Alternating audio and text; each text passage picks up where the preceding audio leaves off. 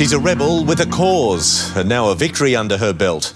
Hollywood actress Rebel Wilson today winning her epic defamation trial against Bauer Media, the company found to have published a series of malicious and damaging articles.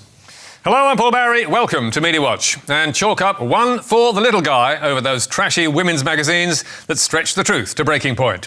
Sure, she is a millionaire Hollywood actress, but Rebel Wilson risked all against the might of Bauer Media, and after weeks of courtroom drama, she emerged victorious.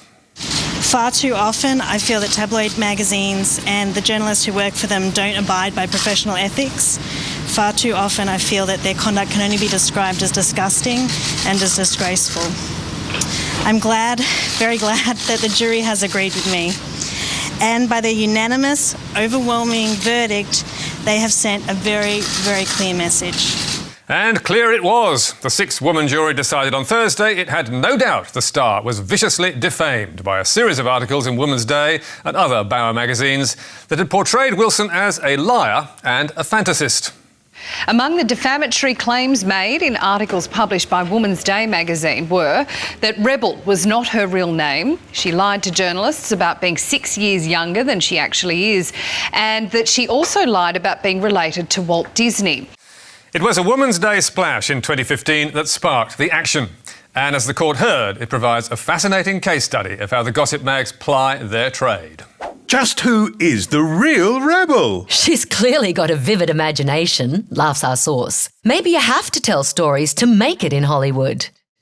So, who was the source? Surprisingly, the magazine actually had one.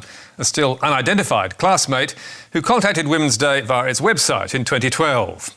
Reporter Sharon Amensic began negotiating with her the following year, the source demanding payment for dirt and old photos, but rejecting an initial offer of $500. Then more photos and information arrived, and the offer was bumped up to $3,000.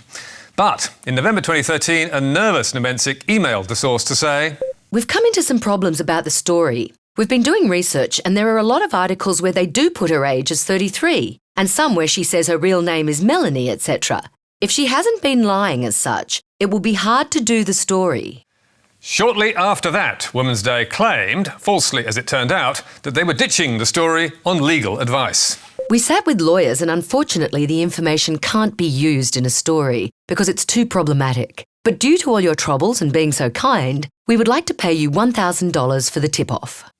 That should have been the end of it, or so you'd think. But 18 months later, in 2015, Amensic hit the source's inbox again. "My editor asked me to get back in touch with you because she'd love to do a fun story on all the facts you supplied about the real Rebel Wilson." And why the change of plan? Because Rebel had a film coming out, and it was just the perfect time. But while Women's Day editor-in-chief Fiona Connolly loved the dirt file, she told Amensic she was still worried about legals, as we're calling her a liar based on a woman who won't go public. So Connolly was suggesting they could have fun with it instead. Yes, really. Keep it vague, don't be too mean, and you'll probably get away with it. But as Matthew Collins QC argued for Wilson, "We learned in the course of this trial that Bauer Media thinks that magazine reporting is somehow different from other journalism. It is not." No, it is not, and Bauer have now found out the hard way. Damages are yet to be awarded, but it could be a multi-million-dollar sum, on top of $1 million in costs. No surprise then that other celebrities who've also been monstered by Women's Day or its rivals are celebrating too. Congrats, Rebel Wilson. They have to be held accountable. Justice is done. Congrats, Rebel Wilson. Woman's Day has been a disgraceful magazine for a long time. Hopefully this makes them report facts and stops the rubbish. And indeed it might do just that, or at least make them a lot more careful before they make up their stories. But if it does have that effect, how on earth will they fill their trashy mags?